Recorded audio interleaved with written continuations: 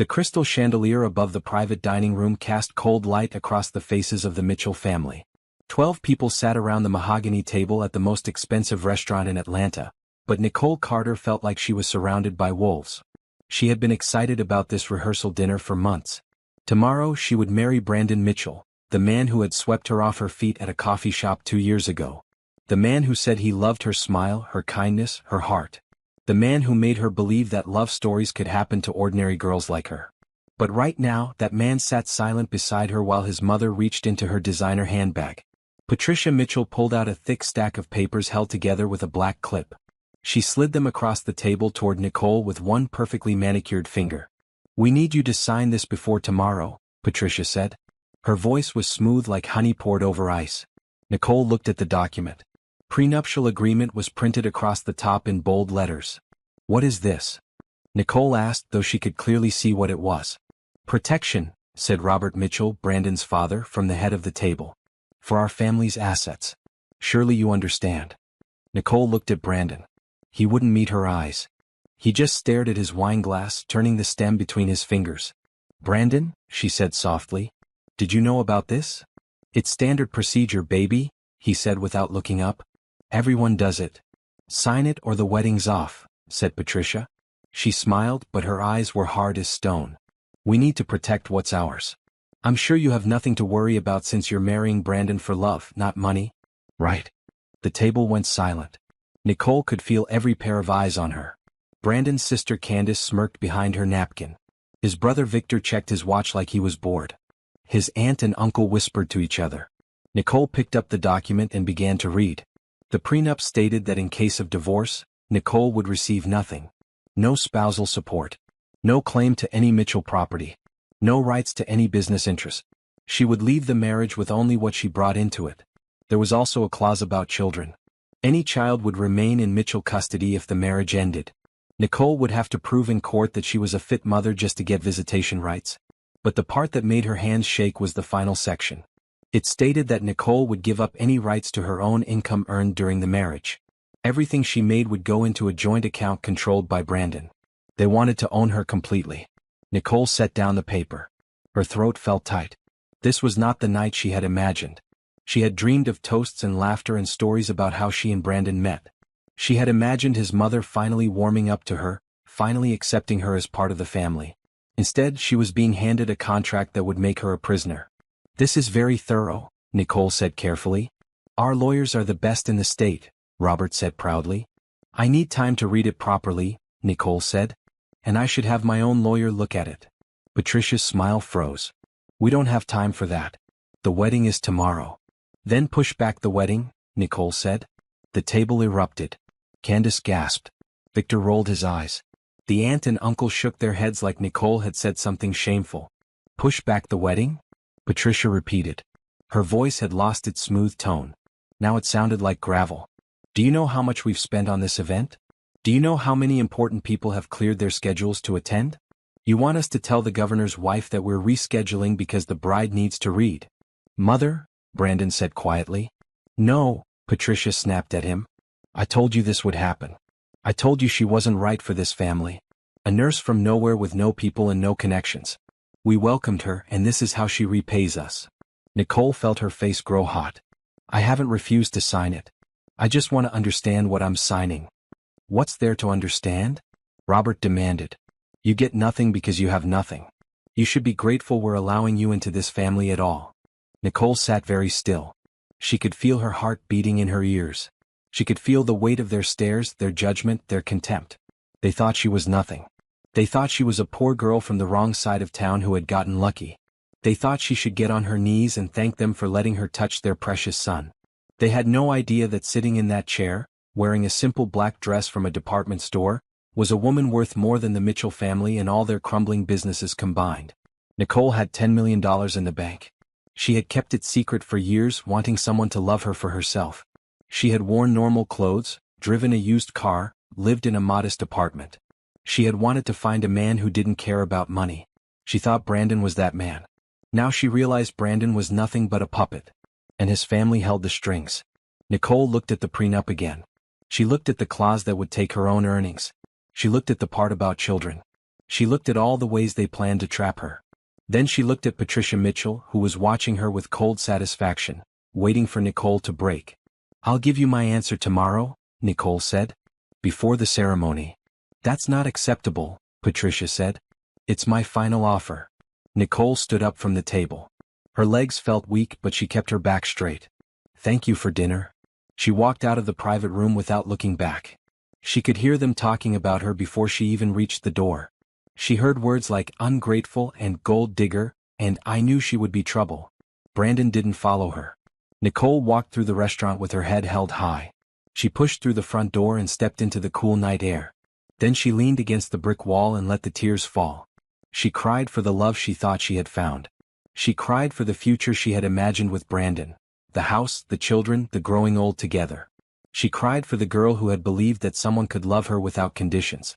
But as she wiped her eyes, something else began to grow inside her. It started small like a spark in dry grass. But it spread quickly, burning away the hurt, the shame, the sadness. It was anger. These people had smiled in her face while planning to control her. Brandon had held her hand while keeping secrets. His family had pretended to welcome her while looking down on her the whole time. They wanted her to sign away her dignity. They thought she had no choice. They thought she had nothing. They were wrong. Nicole straightened up. She took a deep breath of the night air. She looked up at the stars above the city lights. She was not going to cry anymore. She was going to make them pay. Nicole sat in her car outside her apartment building, gripping the steering wheel like it was the only thing keeping her grounded. The prenup papers sat on the passenger seat, their pages slightly crumpled from being shoved into her purse. She needed to think. She needed to be smart about this. But first she needed to remember who she was. Nicole Carter was born in a small town in Georgia called Millbrook. Her mother died when she was 8, cancer that spread too fast for the doctors to catch. Her father worked double shifts at the local factory to keep food on the table and a roof over their heads. Then when Nicole was 16 he died too. Heart attack in the break room. Gone before the ambulance arrived. Nicole became an orphan overnight. She had no siblings, no aunts or uncles who wanted to take in a teenager. She was 2 weeks away from being sent into foster care when her grandmother stepped in. Grandma Ruth was her mother's mother. She lived alone on 40 acres of land outside Millbrook that had been in the family for 4 generations. She was 73 years old, walked with a cane, and had a tongue sharper than a razor blade. "You'll live with me," Grandma Ruth said at the funeral. "And you'll finish school. I didn't raise your mama to have her only child become a dropout." Nicole moved into the old farmhouse. She helped her grandmother with the garden and the chickens. She studied hard and graduated high school with honors. She got a scholarship to Georgia State University, where she earned her nursing degree. Grandma Ruth died peacefully in her sleep 2 days after Nicole's graduation. She was 80 years old. Nicole was devastated. Grandma Ruth was the last family she had. The old woman had been tough on her, but she had also taught Nicole how to be strong. How to stand up straight when the world tried to push you down. How to keep your dignity when people treated you like dirt. "Don't ever let anyone make you feel small," Grandma Ruth used to say. "You come from good people. We may not have fancy things, but we have pride. Don't you ever forget that." Nicole inherited everything Grandma Ruth owned: the farmhouse, the land, the old truck that barely ran. She was 22 years old with a nursing degree and 40 acres of Georgia clay. She was about to put the land up for sale when she got a phone call that changed her life. "Miss Carter? This is Howard Green from Pinnacle Resources. We're very interested in your property." Nicole had never heard of Pinnacle Resources. She looked them up online. They were a major company that extracted minerals from the earth: lithium, cobalt, copper. "Why are you interested in my land?" she asked. "Because it's sitting on top of one of the largest lithium deposits we've found in the southeast," Mr. Green said. "We'd like to buy the mineral rights." Nicole didn't know much about lithium. She did some research. She learned it was used in batteries, for phones, laptops, electric cars. Demand was going through the roof. Prices were climbing every year. She hired a lawyer. Not just any lawyer, but a specialist in mineral rights and natural resources. She paid him with the last of her savings from her nursing job. The negotiations took 4 months. Pinnacle Resources started with an offer of $500,000. Nicole said no. They came back with $1 million. She said no. They went up to $3 million, then $5 million. Nicole held firm. "That land is my grandmother's legacy," she told her lawyer. "I'm not going to let them steal it." In the end, Pinnacle Resources paid $10 million for the mineral rights to Grandma Ruth's 40 acres. $10 million. Nicole sat in the bank when the wire transfer came through. She stared at the number on the screen. She couldn't breathe. She couldn't think. She was a millionaire. Her first instinct was to tell everyone. She wanted to scream it from the rooftops. She wanted to buy a big house and a fancy car and designer clothes. But then she remembered something Grandma Ruth had told her years ago. Money changes people, the old woman said. It makes some people greedy. It makes others jealous. And it makes it real hard to know who your true friends are. Nicole decided to keep her money a secret. She kept working as a nurse. She stayed in her modest apartment. She drove her used Honda. She shopped at regular stores and ate at regular restaurants. She invested most of her money with a financial advisor who came highly recommended. She set up accounts and trusts and funds that would make her money grow. She donated to charities that helped orphans and paid for scholarships for nursing students. But she never told anyone how much she was worth. Not even when she met Brandon Mitchell. He had walked into the coffee shop where she was reading a book. He was handsome, charming, well-dressed. He asked if he could sit at her table because all the other seats were taken. They talked for 2 hours. He told her he came from a wealthy family but that he wanted to make his own way in the world. He said he was tired of people only caring about his name and his money. He said he wanted to find someone real. Nicole thought she had found someone who understood her. When she met his family, she knew they didn't approve. Patricia looked at her like she was a stain on the carpet. Robert asked what her father did for a living, and when she said he worked in a factory, he didn't ask any more questions. But Brandon always defended her. He said his family would come around. He said they just needed time to see how wonderful she was. Nicole believed him. She was a fool. Now she sat in her car, looking at the prenup that would strip her of everything. Not just her money but her freedom. Her voice. Her children. They thought she was desperate. They thought she had no options. They didn't know that the woman they were trying to trap could buy and sell them 10 times over. Nicole pulled out her phone. She called the one person she could always count on. "Hey girl," said Tasha, her best friend since college. "Aren't you supposed to be at your fancy rehearsal dinner?" "I left early," Nicole said. What happened?" Nicole told her everything. The prenup. The demands.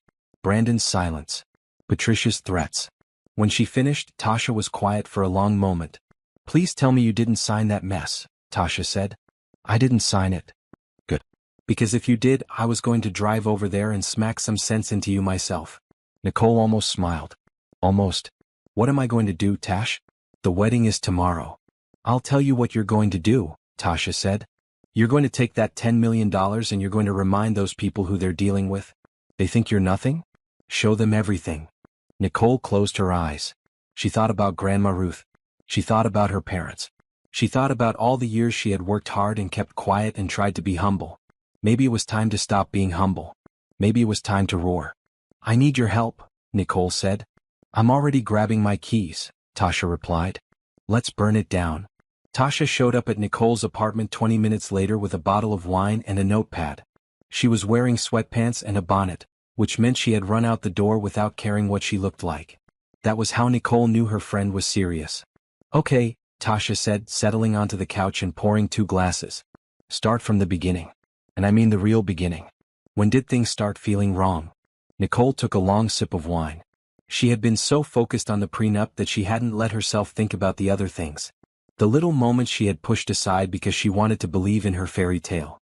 6 months ago, Nicole said slowly. "Maybe longer." 6 months? "Girl, that's half your engagement." "I know." Nicole stared at her glass. Brandon started working late. Like really late. He said his father was giving him more responsibility at the company. He said he had to prove himself. And you believed him? Why wouldn't I? He's always wanted his father's approval. It made sense. Tasha wrote something on her notepad. "What else?" "The phone calls," Nicole said. "He started leaving the room whenever his phone rang. He said it was work stuff, confidential business. But he never used to do that before. We used to tell each other everything." Tasha said in that tone that meant she was not impressed. "What else?" Nicole felt her chest tighten. She didn't want to say the next part out loud because saying it would make it real. 3 weeks ago, she said quietly, I found a receipt in his jacket pocket. From a hotel downtown. The Monarch. Tasha stopped writing. "What did he say?" "He said it was for a client meeting. He said sometimes they book conference rooms at hotels because the office doesn't have enough space." "And you checked that?" "No." Nicole's voice was small. I wanted to trust him. Tasha put down her pen. She took Nicole's hands in hers. Listen to me, Tasha said firmly. I love you like a sister. That's why I'm going to say this straight. Brandon has been lying to you. That family has been using you.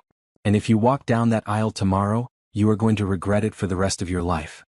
Nicole's eyes filled with tears. I know. I think I've known for a while. I just didn't want to see it.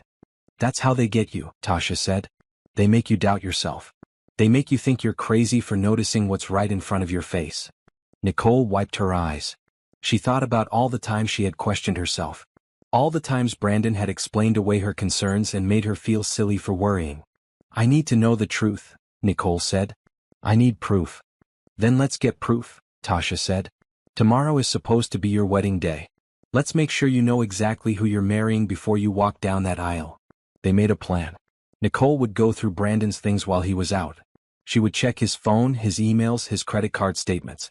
Tasha would do some digging online, looking for any information about the Mitchell family's finances. What about the prenup? Nicole asked. You're not signing that thing, Tasha said firmly. But you're also not going to refuse it. Not yet. You're going to smile and play along until we know what we're dealing with. Nicole nodded. It went against everything in her heart to pretend. But she knew Tasha was right. She needed information before she made any moves. That night, Nicole barely slept. She lay in bed and stared at the ceiling, thinking about every moment of her relationship with Brandon. Every kiss, every promise, every plan they had made together. Had any of it been real?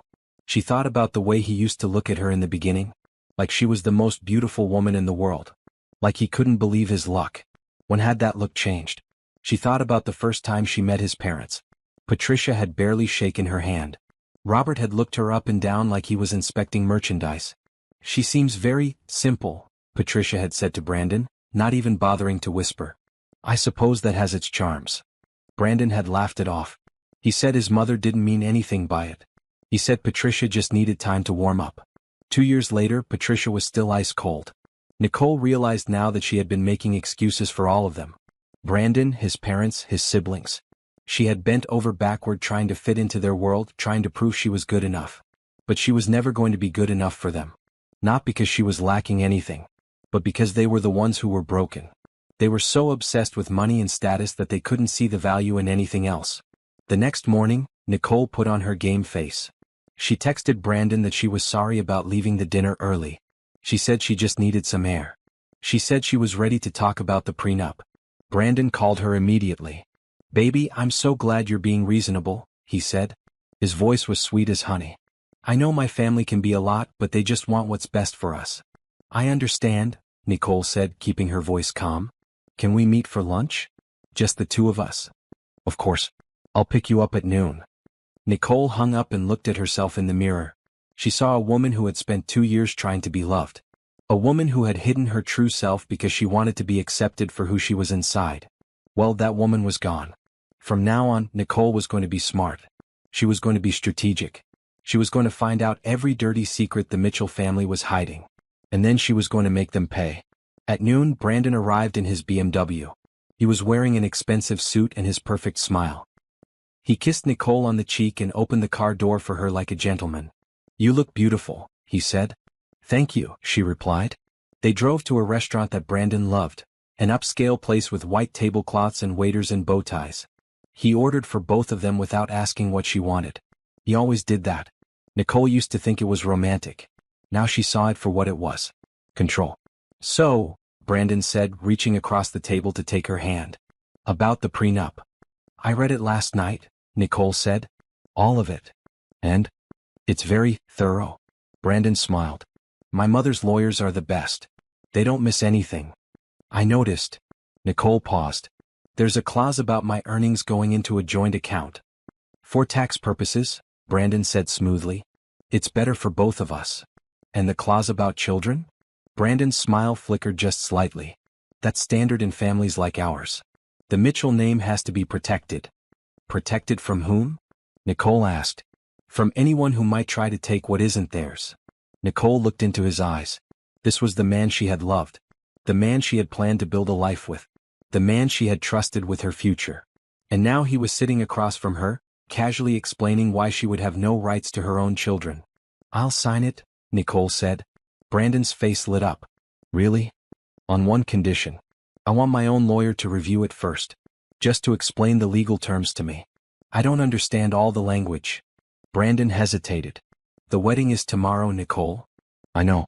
I'll have an answer by tonight. I just need a few hours." He studied her face, looking for something. Suspicion, maybe. Resistance. But Nicole kept her expression neutral. She had learned from the best, after all. She had watched Patricia Mitchell smile while delivering poison for 2 years. "Fine," Brandon said finally. "Tonight. But don't keep my mother waiting too long. You know how she gets." "I know exactly how she gets," Nicole said. After lunch, Brandon dropped her off at her apartment. He kissed her goodbye and told her he loved her. Nicole smiled and said it back. Then she went inside and called Tasha. "I need you to find me a private investigator," she said. "The best one in Atlanta." "Already done," Tasha replied. "His name is Franklin Moss. He's meeting us in an hour." Nicole felt something shift inside her. The sadness was still there, underneath everything. But on top of it now was something stronger. Determination. She was going to find out the truth about Brandon Mitchell. And then she was going to destroy him. Franklin Moss was not what Nicole expected. She had imagined a private investigator would look like something out of a movie, trench coat, fedora, maybe a cigarette hanging from his lip. Instead, Franklin was a neat, quiet man in his 50s with gray hair and wire-rimmed glasses. He looked more like an accountant than a detective. But Tasha said he was the best in the business, and that was all that mattered. They met at a coffee shop on the north side of town where nobody would recognize Nicole. She told Franklin everything. The prenup, the late nights, the hotel receipt, the phone calls Brandon took in private. Franklin listened without interrupting. When she finished, he nodded slowly. "How long do I have?" he asked. "The wedding is tomorrow at 6 in the evening," Nicole said. Franklin raised his eyebrows. "That's not much time." "I know. But I need to know the truth before I walk down that aisle. Whatever it is." Franklin studied her for a moment. "Are you sure? Sometimes the truth is harder than not knowing." Nicole thought about Grandma Ruth. She thought about all the times the old woman had told her to face things head-on, even when it hurt. "I'm sure," Nicole said. "All right." Franklin stood up. "I'll have something for you by tonight." He left, and Nicole and Tasha sat in silence for a while. The weight of what she was doing pressed down on Nicole's chest. This was real now. There was no going back. "You're doing the right thing," Tasha said quietly. "Am I?" Nicole stared at her coffee cup. "What if I'm wrong? What if there's nothing to find? Then you'll know for sure. And you'll marry him with a clear conscience." Tasha paused. "But I don't think you're wrong. I've seen how that man looks at his phone. I've seen how his family treats you. Something is rotten in that house." Nicole wanted to argue. She wanted to defend Brandon the way she had been defending him for 2 years. But she couldn't. Because deep down she knew Tasha was right. Something was very wrong. Nicole went home and tried to keep herself busy. She cleaned her apartment. She organized her closet. She did anything to keep her mind off what Franklin might find. At 7 o'clock her phone buzzed. It was a text from an unknown number. Just 3 words, "Check your email." Nicole's hands were shaking as she opened her laptop. There was a new message from fmoss@securemail.com. The subject line said, "Mitchell, initial findings." She clicked on it. The email contained several attachments. Nicole opened the first one. It was a photograph. Brandon was standing outside a restaurant, his arm around a woman. She was tall with long red hair and a tight dress. Brandon was smiling at her like she was the only person in the world. Nicole's stomach dropped. She opened the next attachment. Another photo. Brandon and the redhead getting into his car together. His hand was on her lower back. The next photo showed them walking into a hotel. The Monarch Hotel. The same one from the receipt Nicole had found. The next attachment was a video file. Nicole's finger hovered over it. She didn't want to click. She didn't want to see. But she had to know. She pressed play. The video was taken through a restaurant window. Brandon was sitting at a table with the redhead. They were holding hands across the table. Then Brandon leaned over and kissed her. Not a quick peck. A real kiss. The kind of kiss he used to give Nicole. Nicole's vision blurred with tears. She had suspected. She had feared. But seeing it with her own eyes was different. It was a knife in her heart. There was one more attachment. Nicole opened it with trembling hands. It was a report from Franklin. He had identified the woman as Amber Collins. She worked at Mitchell Industries in the marketing department. She had been Brandon's assistant for the past 8 months. 8 months. Brandon had been seeing this woman for 8 months. Their entire engagement. Nicole closed her laptop. She sat very still on her couch, her hands folded in her lap. She could hear her own heartbeat in her ears. She could feel the tears rolling down her cheeks. But she didn't make a sound.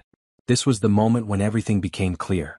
All the late nights, all the excuses, all the times Brandon made her feel crazy for asking questions. It all made sense now. He had been lying to her from the beginning. He never loved her. He was just using her. But why? If he had Amber, why did he need Nicole? The answer came to her like a cold wave. The prenup. The Mitchells wanted someone they could control.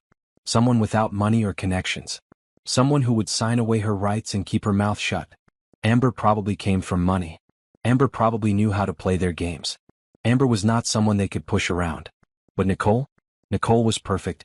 A poor orphan nurse who would be so grateful to marry into their family that she would do whatever they said. They thought she was weak. They thought she was desperate. They thought they had won. Nicole stood up slowly. She walked to the bathroom and looked at herself in the mirror. Her eyes were red from crying.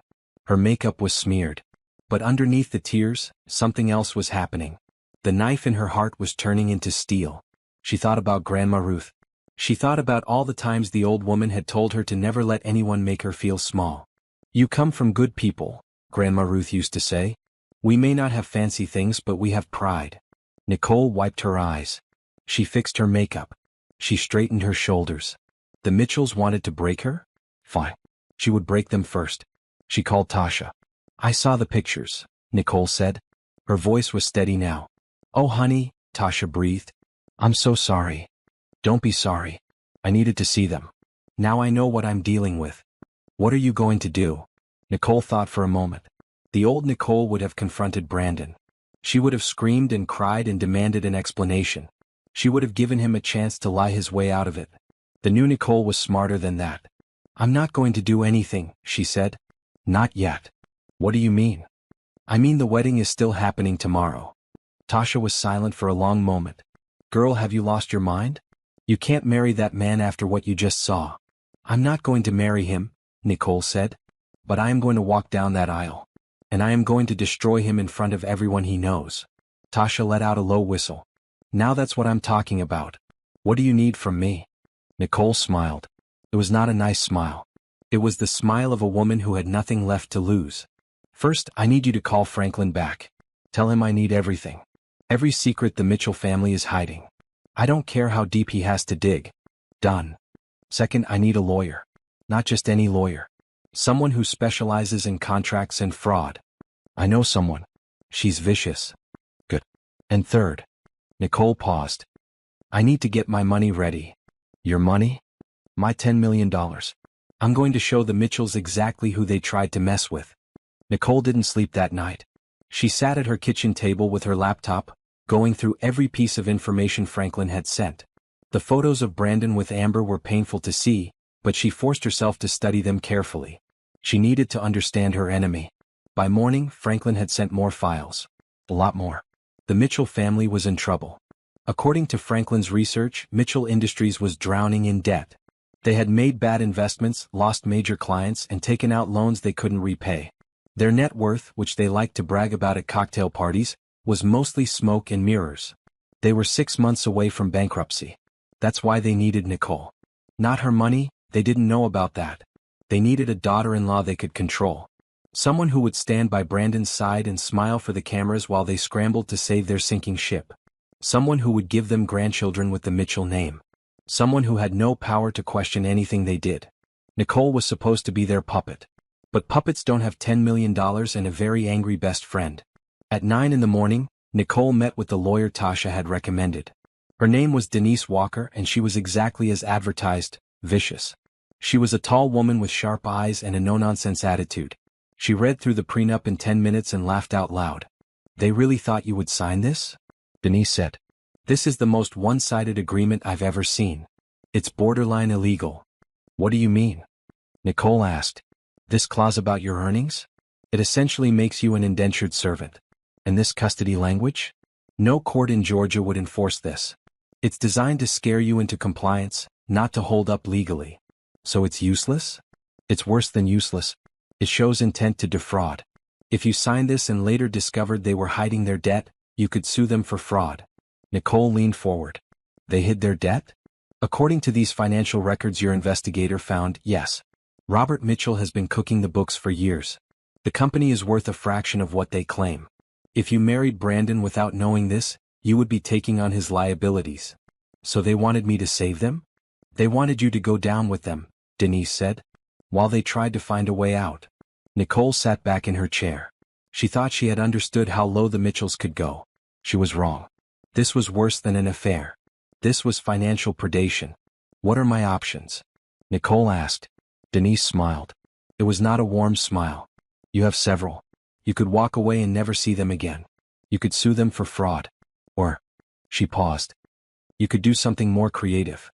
Like what? Like showing them who they're dealing with, publicly. Nicole thought about this. She thought about Patricia's smug face at the rehearsal dinner. She thought about Robert looking down his nose at her. She thought about Brandon kissing Amber while wearing the engagement ring Nicole had helped him pick out. She thought about Grandma Ruth telling her to never let anyone make her feel small. Tell me more, Nicole said. They talked for 2 hours. Denise explained the legal options, the risks, and the potential rewards. By the time they finished, Nicole had a plan. She left Denise's office and made one more stop, the bank. She met with her financial advisor and moved her money around. She set up a new business account. She opened a charitable foundation in her grandmother's name. And she made sure that every penny was protected, visible, and ready to be revealed. That afternoon, Nicole went to the Mitchell estate for the final wedding preparations. She smiled at Patricia. She kissed Brandon. She pretended everything was fine. Did you have a chance to review the prenup? Patricia asked, watching Nicole like a hawk. I did, Nicole said sweetly. My lawyer looked it over this morning. Patricia's eye twitched. You hired a lawyer? Just to explain the legal terms. You know how confusing all that language can be. Nicole smiled. I'll have my answer at the ceremony. The ceremony? That's very dramatic. Well, Nicole said, I wanted to make sure the whole family was there when I gave my response. Patricia didn't like that. Nicole could tell by the way her jaw tightened. But what could she say? Nicole was being cooperative. She was being polite. She was playing their game. She was just playing it better. That evening, Nicole went home and prepared for what was coming. She laid out her wedding dress, a gorgeous white gown she had spent months choosing. She looked at it hanging in her closet and felt a strange mix of emotions. She had imagined wearing this dress while becoming Brandon's wife. She had imagined walking down the aisle toward her future. She had imagined the happiest day of her life. Now she would wear it for something very different. But she would still walk down that aisle. And it would still be unforgettable. Tasha came over that night. They didn't drink wine or laugh or do the things brides were supposed to do the night before their wedding. Instead, they went over the plan. Every detail. Every step. Every word. Are you nervous? Tasha asked. No, Nicole said. And she meant it. The tears were gone. The heartbreak was stored away in a box she would deal with later. Right now there was only focus. You know this is going to change everything, Tasha said. Your life won't be the same after tomorrow. Good, Nicole replied. It's time for a change. That night, Nicole lay in bed and thought about the woman she used to be. The girl who had lost her parents too young. The orphan who had worked so hard to build a life. The woman who had hidden her fortune because she just wanted to be loved for herself. That woman had been searching for something. Acceptance. Belonging. Family. Now she knew the truth. She didn't need their acceptance. She didn't need to belong anywhere that required her to be small. She was her own family. And tomorrow she would show the world exactly what that meant. The morning of the wedding, Nicole woke up early. The sun was just coming up, painting her bedroom in soft gray light. For a moment, she lay still, letting herself feel the weight of what was coming. This was supposed to be the happiest day of her life. Instead, it would be the most important. She got out of bed and went through her morning routine, shower, skincare, a light breakfast she could barely taste. Tasha arrived at 8 with coffee and a garment bag. You ready? Tasha asked. More than ready. The hair and makeup team arrived at 9. Nicole had hired them weeks ago, back when she thought she was preparing for a real wedding. Now they were preparing her for something else entirely. But they didn't need to know that. Nicole sat in the chair and let them work. Her hair was styled in an elegant updo with soft curls framing her face. Her makeup was flawless, Glowing skin, dramatic eyes, nude lips. She looked like a bride in a magazine. She looked like a woman about to get married. But her eyes told a different story.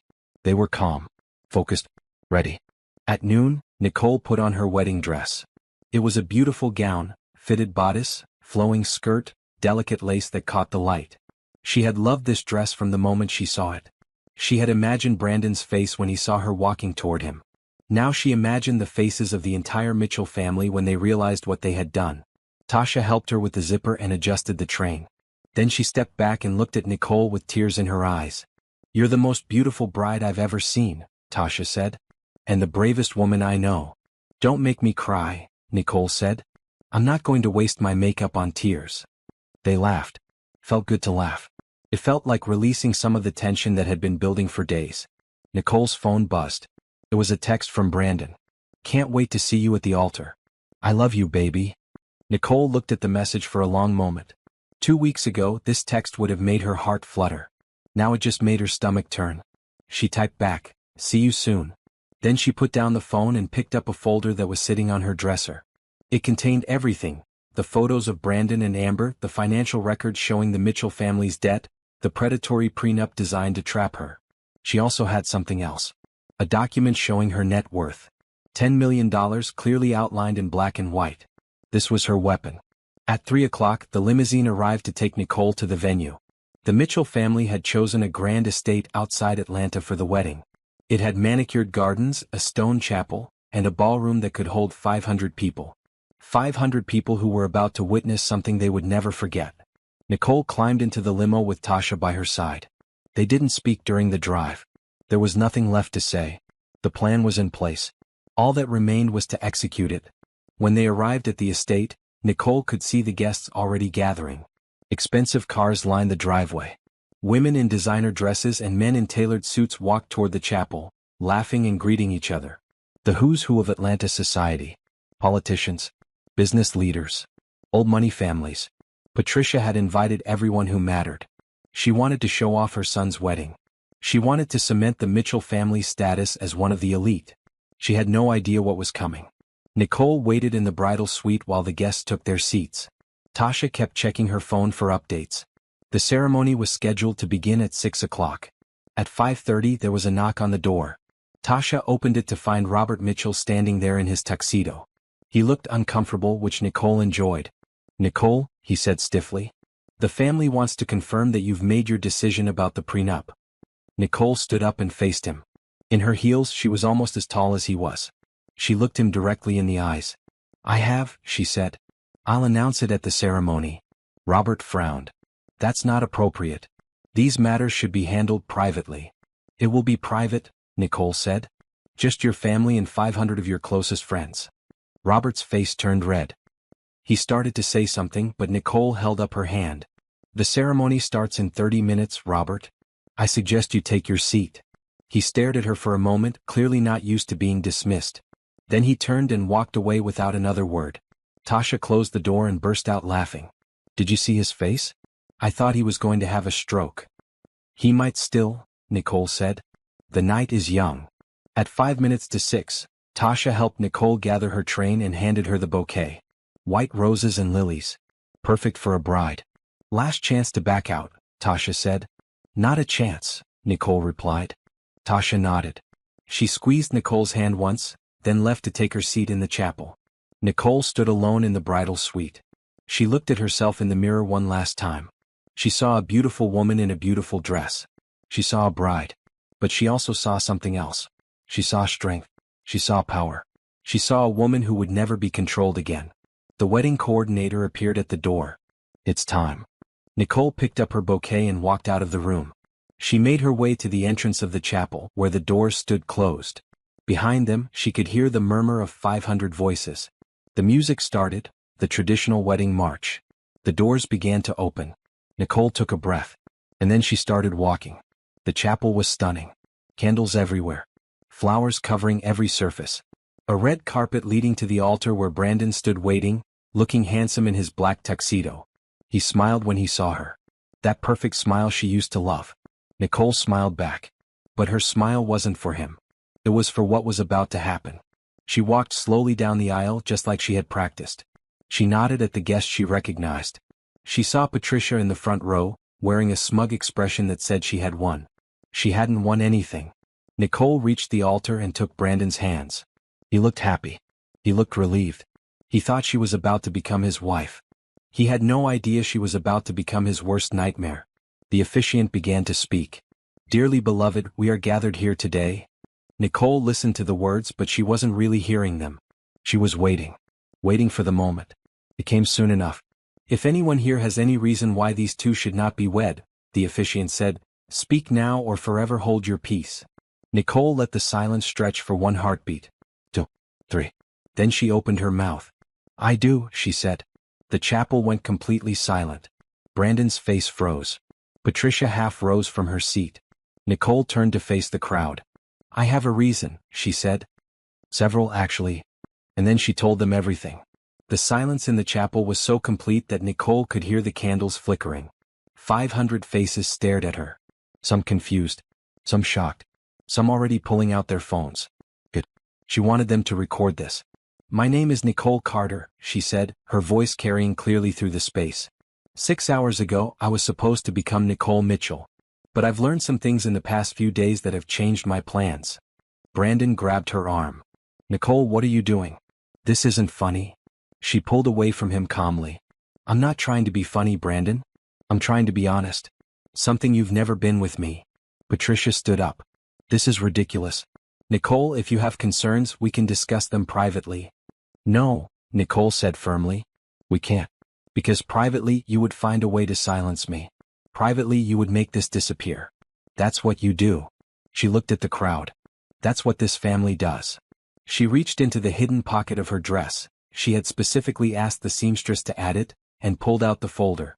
The folder with everything. 3 days ago, Nicole said, the Mitchell family presented me with a prenuptial agreement. They demanded I sign it or they would cancel the wedding. She held up the document. Would anyone like to know what it said? Murmurs rippled through the crowd. Some people leaned forward. Others looked uncomfortable. Nicole opened the folder and began to read. In the event of divorce, Nicole Carter shall receive no spousal support, no claim to any Mitchell property or assets, and no rights to any business interests. She looked up. But that's not the interesting part. She turned the page. The agreement also states that any income one earned during the marriage would go into a joint account controlled by my husband. She let that sink in. Controlled. Not shared. Not equally managed. Controlled. By him. More murmurs. Some of the women in the audience exchanged glances. And then there's the clause about children. Nicole's voice was steady but harder now. Any children of the marriage would remain in Mitchell custody if we divorced. I would have to prove in court that I was fit to have visitation rights. She paused. Visitation. With my own children. Brandon stepped forward. Nicole, you're misunderstanding the legal language. Am I? She turned to face him. Then let me share something else I found. Something your family tried very hard to keep hidden. She pulled out another document. This one was thicker. Mitchell Industries, she said, holding it up for everyone to see. The cornerstone of the Mitchell empire. The source of their wealth and status. She looked at Robert, who had gone pale. Except it's not wealthy, is it, Robert? It's 6 months away from bankruptcy. Gasps throughout the chapel. People started whispering. Robert stood up, his face purple with rage. That is confidential business information. How did you? I hired a private investigator, Nicole said calmly. He's very good. He found your cooked books, your hidden debts, your failed investments. He found all of it. She turned to the crowd again. This family was going to marry me without disclosing their financial situation. They were going to tie me to their sinking ship without my knowledge or consent. That's called fraud, in case anyone was wondering. Patricia was on her feet now, pushing toward the altar. You ungrateful little. I'm not finished, Nicole said, cutting her off. There's one more thing. She pulled out the photographs. The photographs of Brandon and Amber. For the past 8 months, Nicole said, my fiancé has been having an affair with his assistant Amber Collins. She held up the first photo. Brandon at the restaurant with Amber, his arm around her. She held up the second photo. Brandon and Amber at the hotel. The Monarch Hotel, Nicole said. I found the receipt in his pocket. He told me it was for a client meeting. Brandon's face had gone white. Nicole, those photos are fake. Someone is trying to sabotage us. There's also video, Nicole said. She pulled out her phone and hit play. The video of Brandon kissing Amber filled the screen. The sound echoed through the silent chapel. Or. A few people actually laughed, the uncomfortable laughter of people who couldn't believe what they were seeing. Nicole stopped the video and looked at Brandon. He looked like he might faint. You asked me to sign a prenup that would take everything from me, she said quietly. But you couldn't even stay faithful for the 8 months we were engaged. Brandon opened his mouth but nothing came out. Nicole turned back to the crowd one final time. I'm sure you're all wondering why I'm here. Why I got dressed up and walked down this aisle if I knew all of this. She paused. It's because I wanted you all to see the truth. I wanted 500 witnesses to know exactly who the Mitchell family is. She looked at Patricia, who was frozen in place, her perfect makeup unable to hide her shock. You thought I was a nobody, Nicole said. A poor orphan nurse you could push around. You thought I would sign whatever you put in front of me because I was desperate to belong to your family. She reached into her folder one more time and pulled out the final document. I'm not a nobody, she said. And I'm not poor. She held up the paper. It showed her bank statements, her investment accounts, her net worth. $10 million, she said. I've had it for years.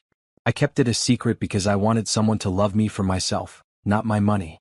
I thought Brandon was that person. She looked at him. I was wrong.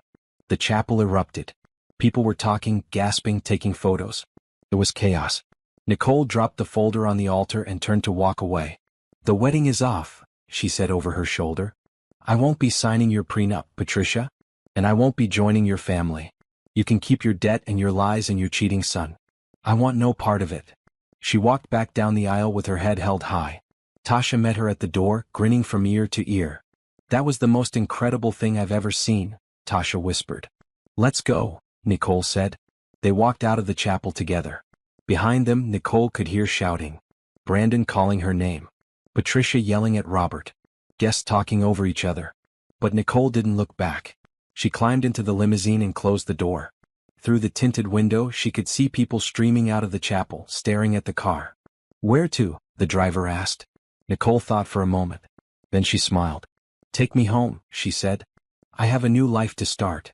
The next morning, Nicole woke up in her own bed for the first time as a truly free woman. No engagement ring on her finger. No wedding to plan. No Mitchell family to impress. Just herself. It felt strange. Strange and wonderful. Her phone had been blowing up all night with texts and calls. Brandon had called 47 times. Patricia had left voicemails that ranged from pleading to threatening.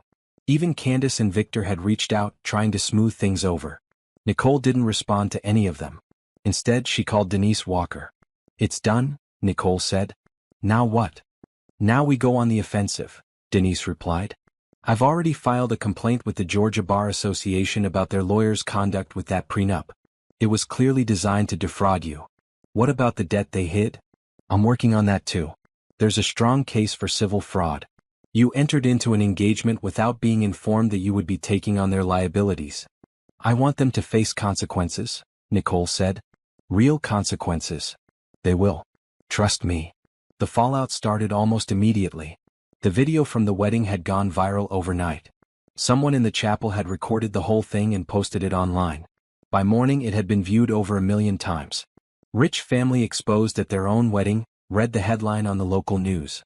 Bride drops bombshell, fiancé cheating, family bankrupt, said another. Mystery woman has $10 million, walks out on millionaire, was the clickbait that spread fastest. Nicole watched the coverage with a strange detachment. This was her life being dissected by strangers. But it didn't feel like her life anymore. It felt like a story about someone else. The Mitchells tried to spin the narrative. Patricia gave a tearful interview where she claimed Nicole had seduced her son for his money. Robert said the company's financial troubles were exaggerated. Brandon posted on social media that the photos were fake. But nobody believed them. The evidence was too strong. The video was too clear. And besides, everyone loves a story about rich people getting their comeuppance.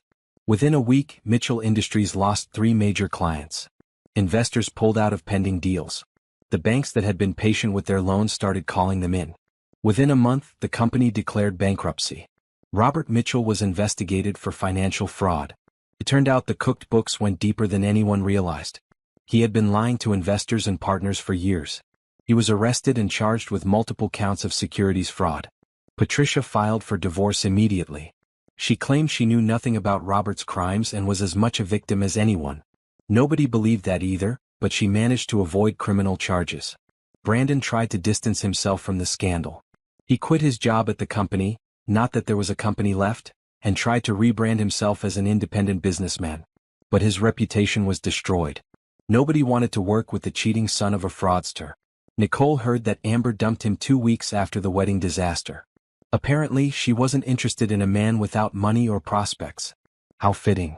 As for the prenup lawyers, they were suspended pending investigation. It turned out the Mitchell family was not their only client they had helped create predatory agreements for. Other women came forward with similar stories. Nicole was glad. She had always known that if she was being treated this way, others must be too.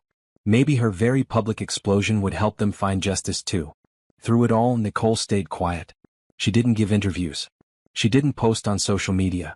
She let her actions speak for themselves. Tasha told her she was becoming a folk hero. There are Facebook groups dedicated to you, Tasha said, laughing. Women are calling you the prenup slayer. That's ridiculous, Nicole said. It's amazing. You're like a real-life superhero. Nicole didn't feel like a superhero. She felt tired and sad and relieved all at the same time. She had done what needed to be done, but she didn't enjoy it. She didn't take pleasure in watching the Mitchell family crumble. She just wanted to move on. And finally she could. 2 months after the wedding that wasn't, Nicole stood in the offices of her new company.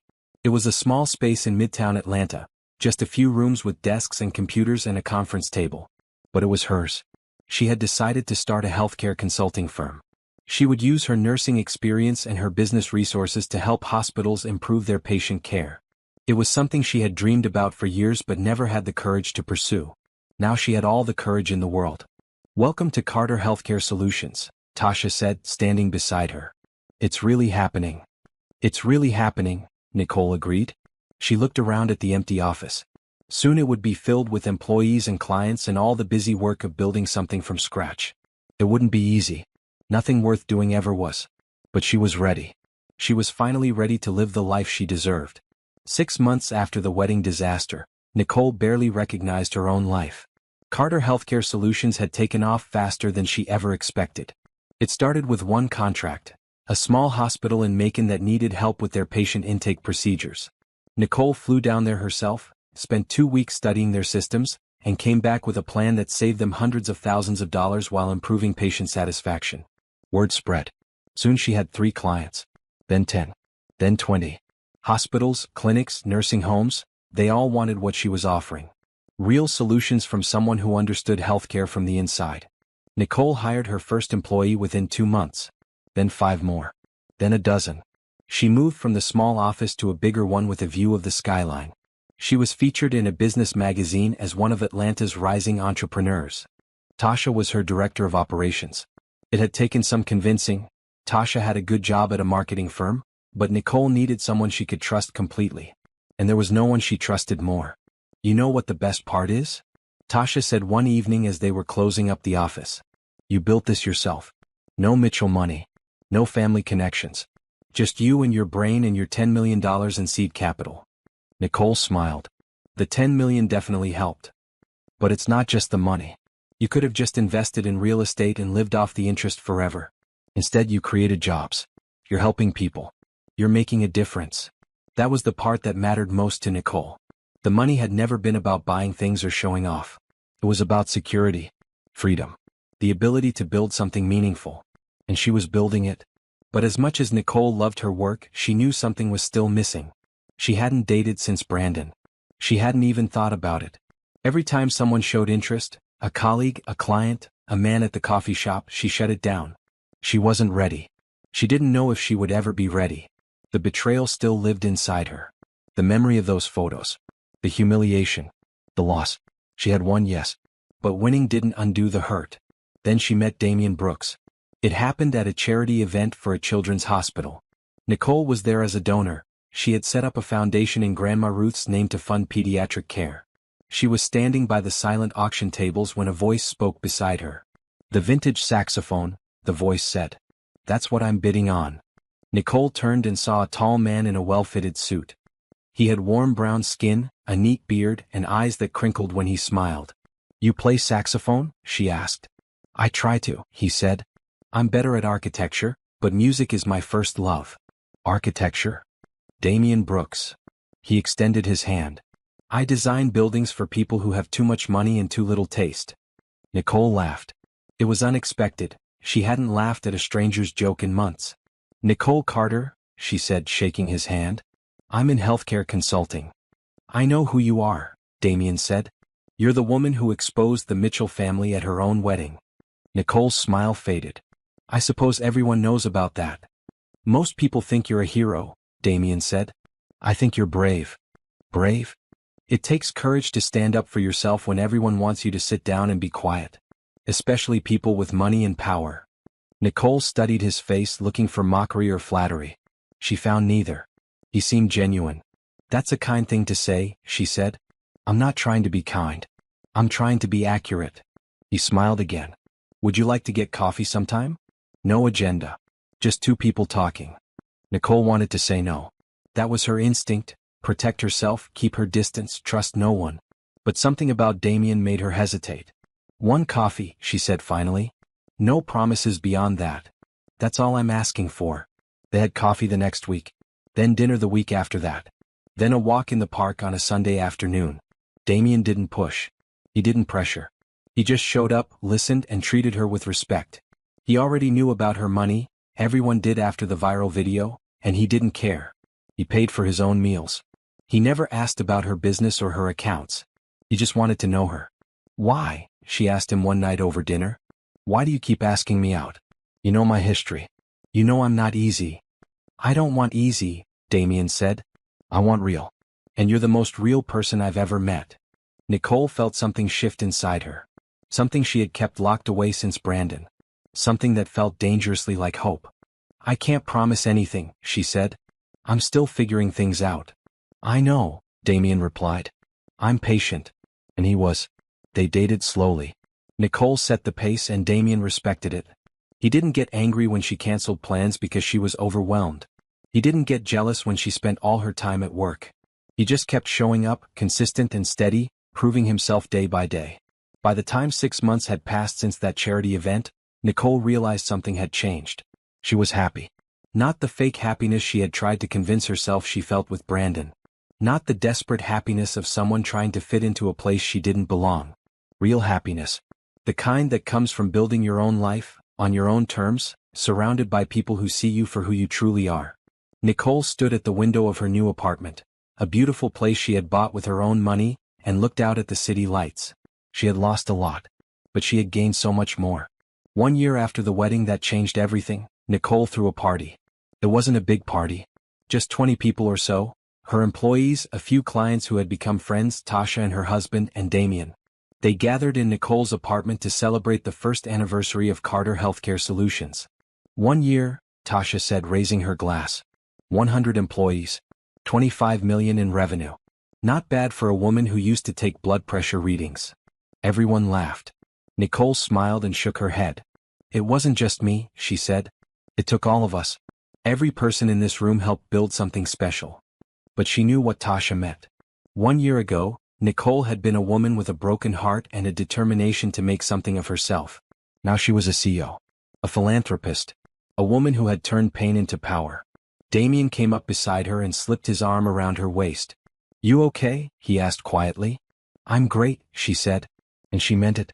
After the guests left, Damian helped her clean up.